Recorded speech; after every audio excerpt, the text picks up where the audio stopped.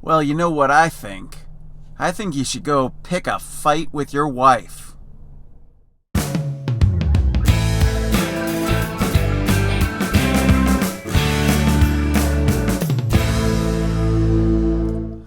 Hey, welcome back to the Colorblind Architect Podcast. I'm your host, David. And yes, pick a fight with your wife. That's what I said. Yeah, maybe not. Pick a fight with your spouse. Yeah, that's kind of the idea. The reason why I said that is there are some things that are too important. I was reading Beyond Order by Jordan Peterson, and there was a section in the book where he's talking about how some things are so important that you need to fight about them. And some things are not that important. Now,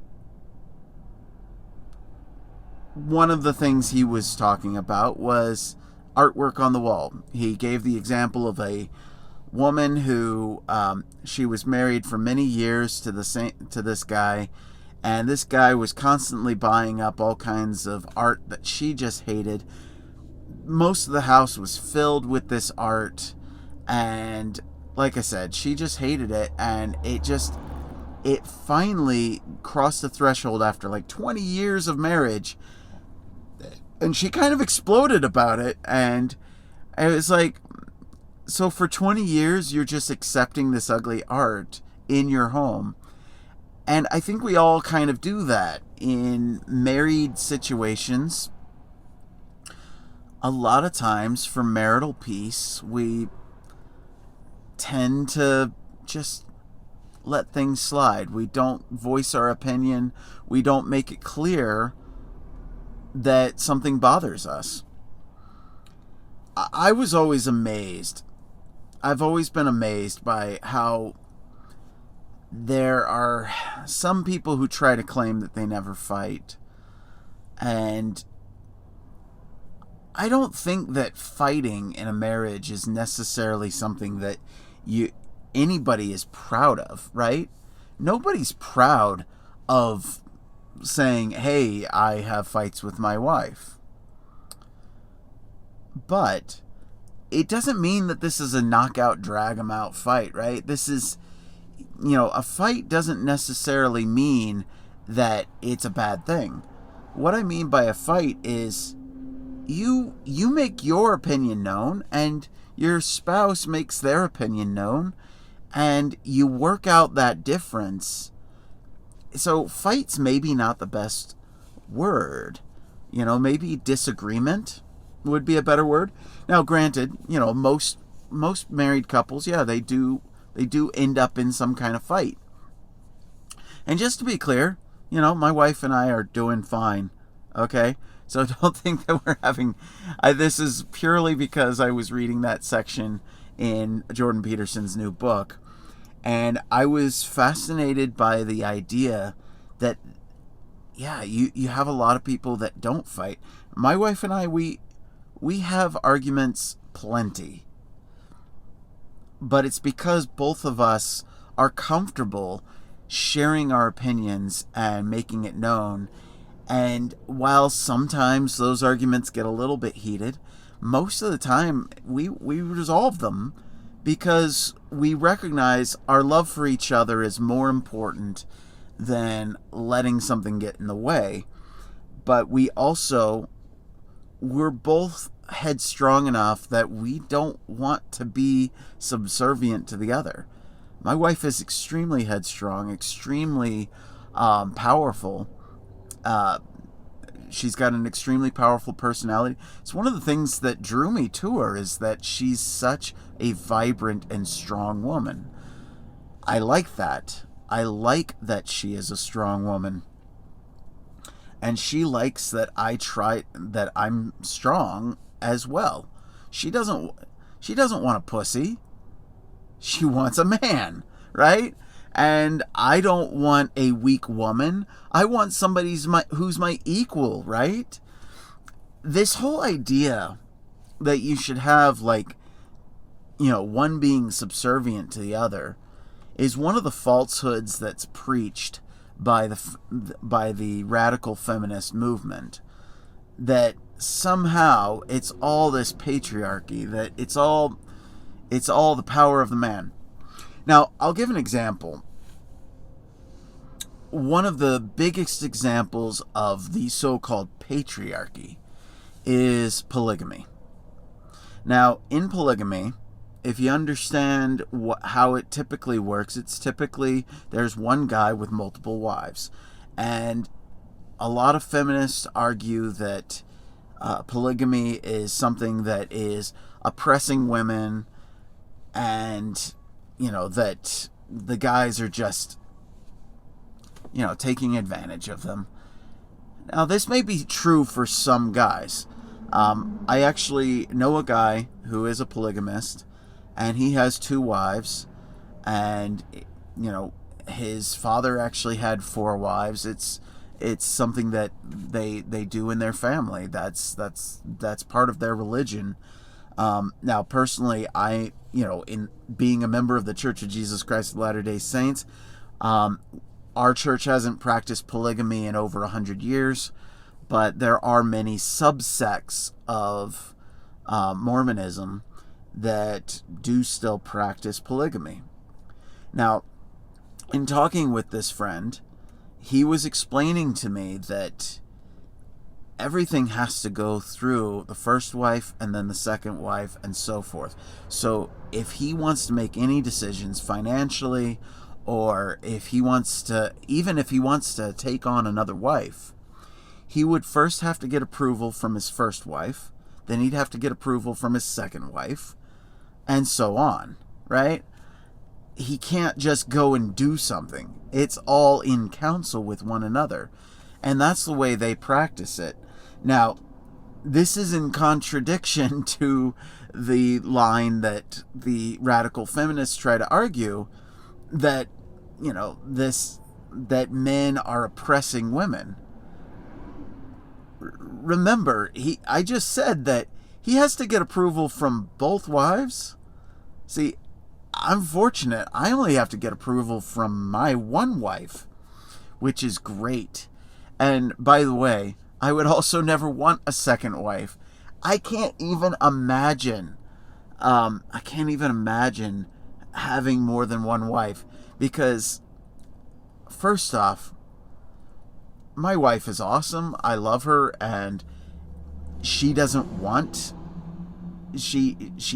that concept. Polygamy is important to her. And so for me, it's also important to me. But it's also because I can only handle one woman. I'm not man enough to be able to handle 2 women. And by man enough, I mean capable of dealing with that much feminine power. Because that's the truth about marriage. It's an equal partnership. And any guy who thinks that you're going to lord over your wife, that you're going to rule over her, you are a freaking moron. Okay? Or you're a wife abuser. There's no 2 ways about it. There's just, you cannot rule over a wife. You cannot rule over a woman without her consent. So if your wife is consenting, if she is being too soft, if she is being too weak in the relationship, that's a problem. Okay? You shouldn't be able to just rule over her. And same thing in reverse. If you're a guy and your wife is ruling over you, there's something wrong in your relationship.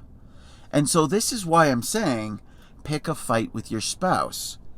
Jordan Peterson's point in his book wasn't to say, hey, let's have a knock him out, drag him, physical battle. No, it means speak up, speak your mind, say what you actually believe, say what you actually want. Because you need to make sure that your spouse respects you and loves you enough to respect your wishes. And ideally they do, and ideally they will work with you and try to accommodate with you.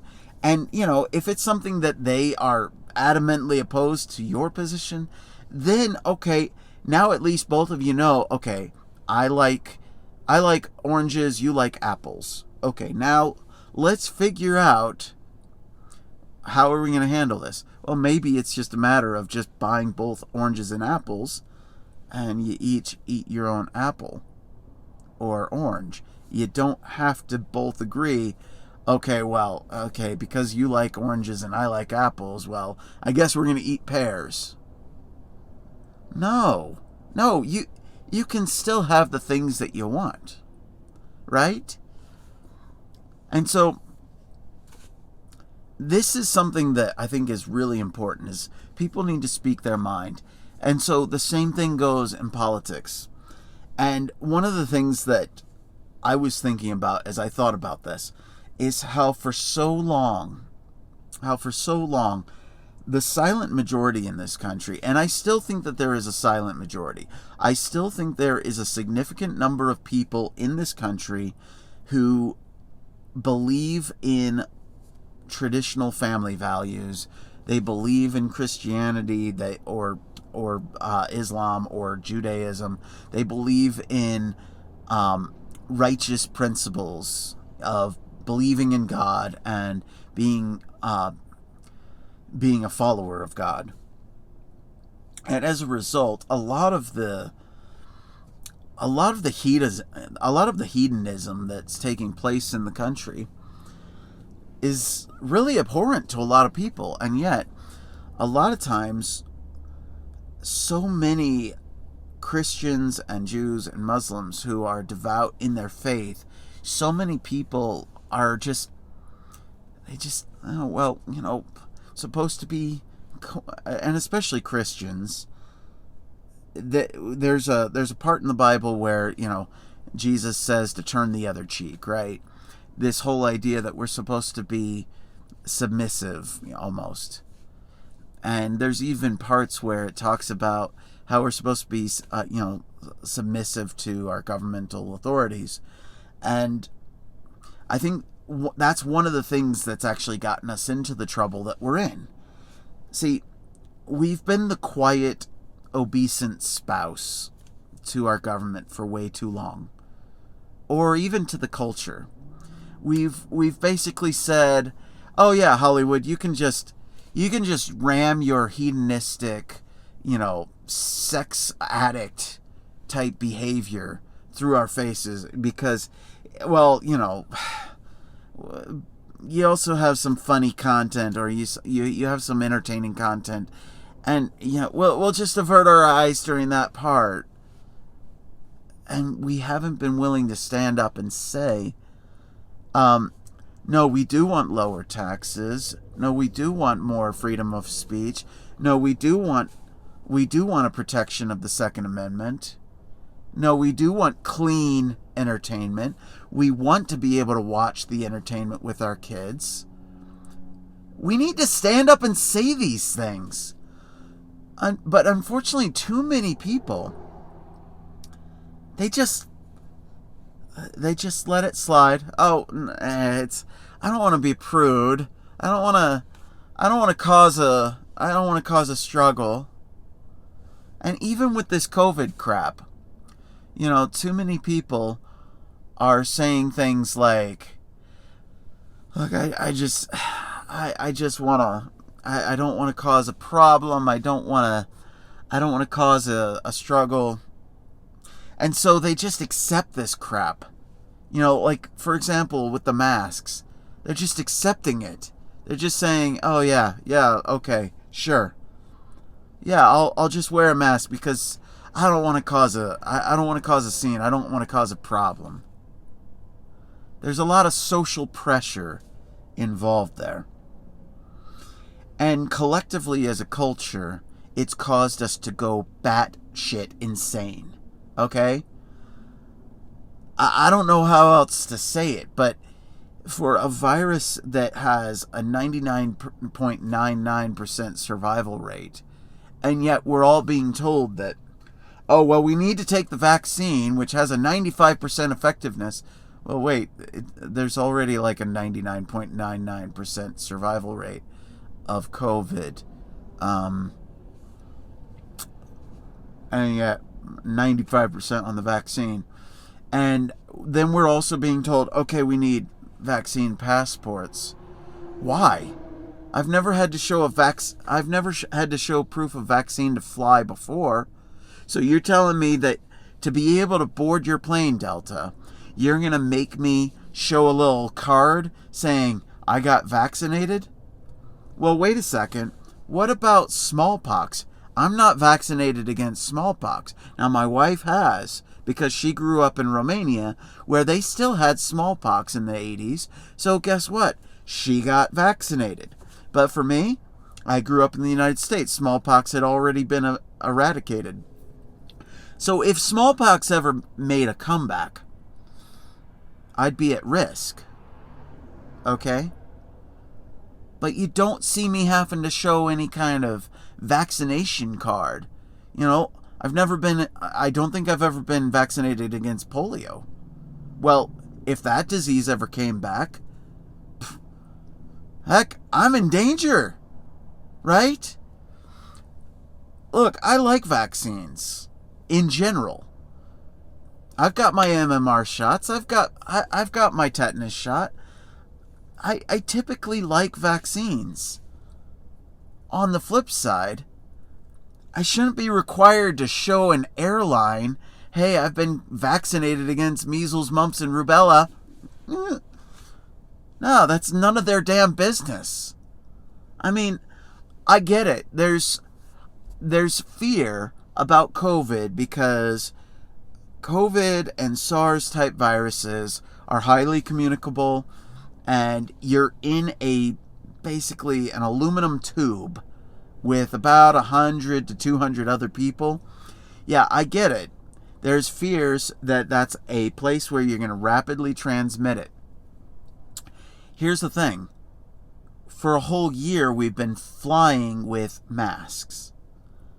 Well, if I'm willing to wear the mask on the plane, because I understand that, yes, this is an enclosed aluminum tube with recirculated air, then why can't I just continue to wear the mask? I shouldn't be required to show a vaccine ID in order to fly on a plane.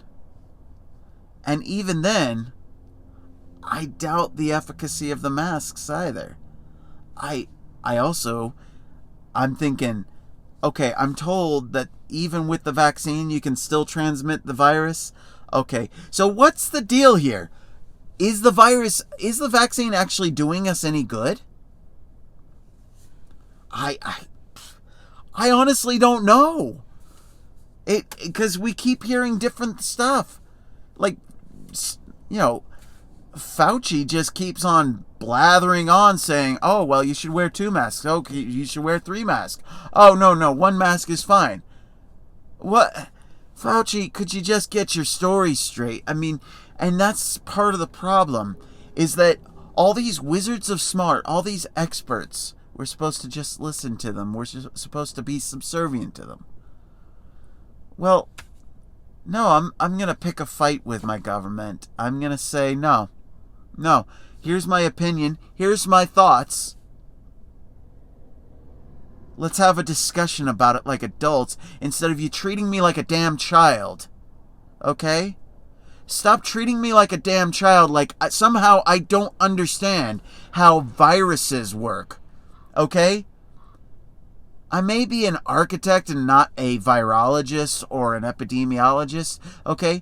But I understand the basic principles of how viruses work. And I understand the basic principles of how an immune system works, okay? You don't have to be that smart to figure it out. Part of the reason why we have an immune system is because God in His infinite wisdom designed it into us so that our bodies would be able to fight off these pathogens. And yet we're being told, like children, oh, well, COVID is so dangerous that you can't fight it off on your... Like hell I can't. I had COVID a year ago. I fought it off in 2 days. I was done with it, like... Okay? And if I understand correctly, my understanding of viruses is when you get a virus, once you've had it, you've got white blood cells in your immune system that go and fight these viruses in the future so that you don't get the virus again. Now, but what about the flu? Well, that's because it keeps mutating. But here's the great thing is, as it mutates, it wants to be reproduced. As it reproduces, it's going to mutate in ways to soften its, to soften how dangerous it is. Why? Because if you keep killing your host, you can't spread yourself as much. And the whole point of a virus is to spread itself. So, what happens over time, and by the way, the coronavirus is also the common cold. Now, it's a different variant of it, and I understand that COVID-19 was an extremely dangerous variant of the virus. However, as it's in the population longer and longer, guess what happens? It mutates to a softer state because it does not want to kill its host. It wants to reproduce itself. And it can't reproduce itself if it kills off its host too fast. And so, what is COVID going to do over time? The virus is going to mutate into softer and softer forms until it's no more than just the common cold. Now, guess what? The weird thing about the flu and the cold, and any coronavirus or flu virus, guess what? It's most dangerous for the elderly. Why? Because they already are old and weak.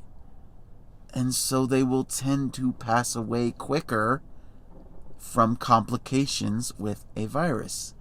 So, now here's the other weird thing about the virus. Strange how COVID killed off the flu. Flu numbers became like 0. So I'm kind of confused about that because we've been living with the flu, killing 60,000 Americans a year, 2 million people globally every year for like 100 years. Okay? Kind of strange that all of a sudden in the year 2020 there's no more flu deaths, and there's globally about 2 million COVID deaths. Huh. Yeah, that's kind of weird.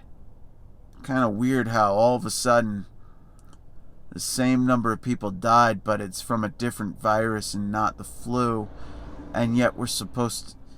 Never mind that. No, nothing to see here. The experts are right. Listen to Dr. Fauci. Now, I kind of veered off into a subject that I wasn't planning to talk about, but it is so freaking frustrating to have to listen to this crap over and over and over again, and I am just so sick and tired of it. I'm so sick and tired of the fact that we are a year into 2 weeks, 15 days to flatten the curve.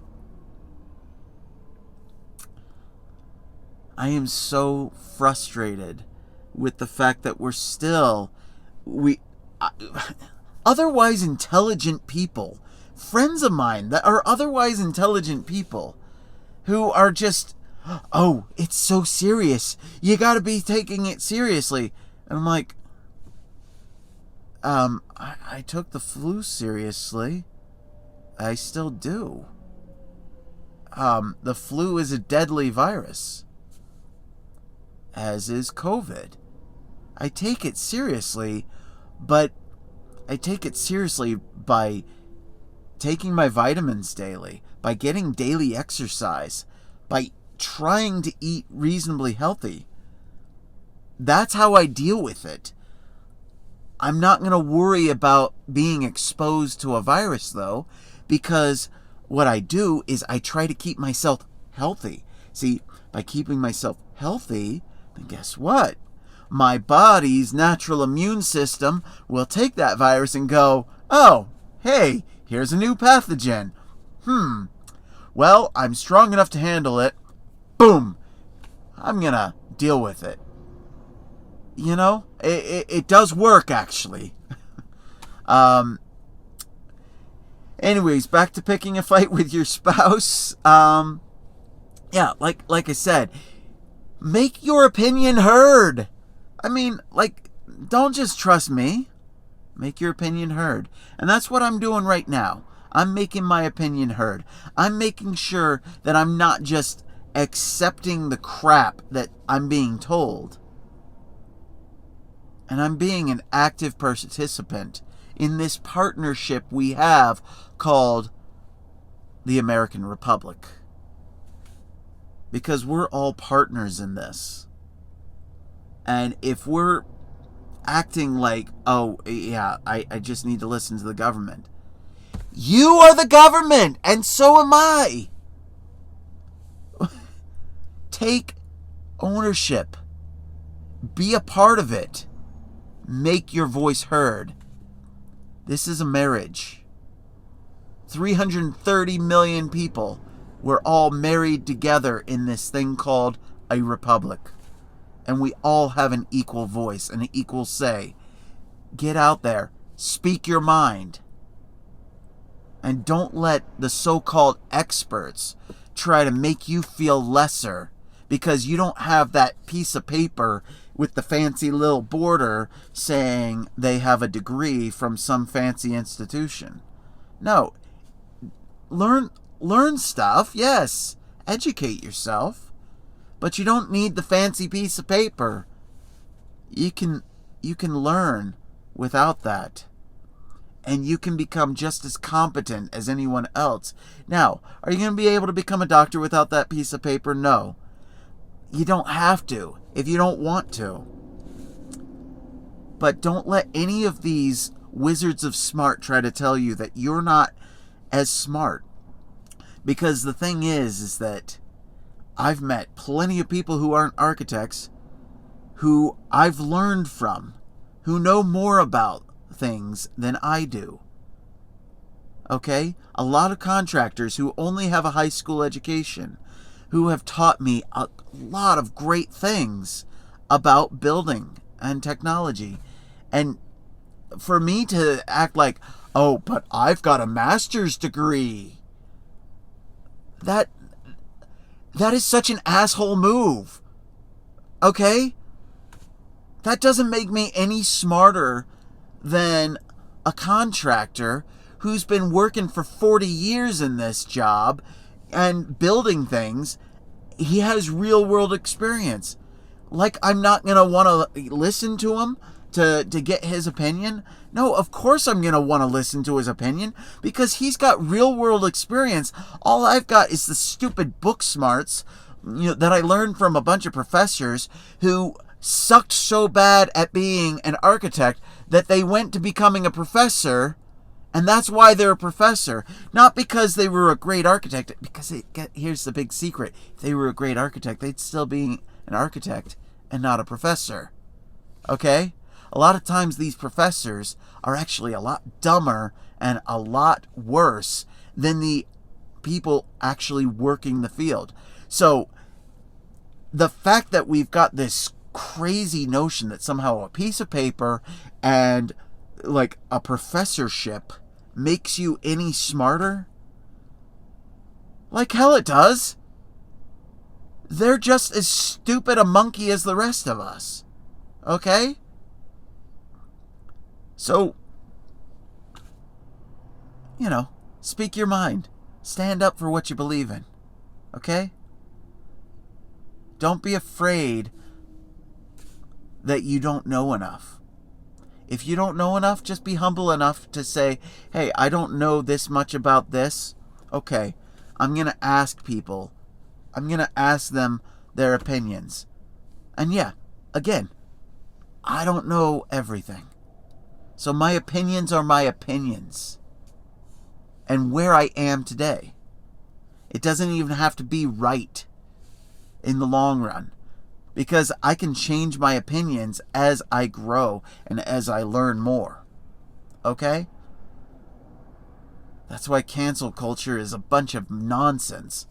Because, yeah, of course I said stupid stuff even a year ago, right? I wasn't perfect back then, nor am I perfect now. I'm going to say stupid stuff.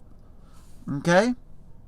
And when I say stupid stuff, if I come to the realization that what I said was stupid, I'll say, yeah, that was stupid. I was wrong back then. It's not that bad to say that. You don't have to save face. So anyways, I've gone way longer than I expected today, but hopefully I said something that was helpful. If not, hey, at least it felt good for me to get it off my chest and not be the subservient spouse that doesn't pick a fight because they're too scared to have the fight. No, have the fight. Pick the fight. Obviously, be respectful, be loving, try to maintain good relationships, but don't be afraid to speak your mind. Don't be afraid to say what you want and what you believe in. And that's what I mean by picking a fight. Like I said, be loving and be respectful. Anyways, hopefully this has been helpful. Like I said, this is as much me venting as it is anything else. Anyways, I'm the Colorblind Architect. Peace out.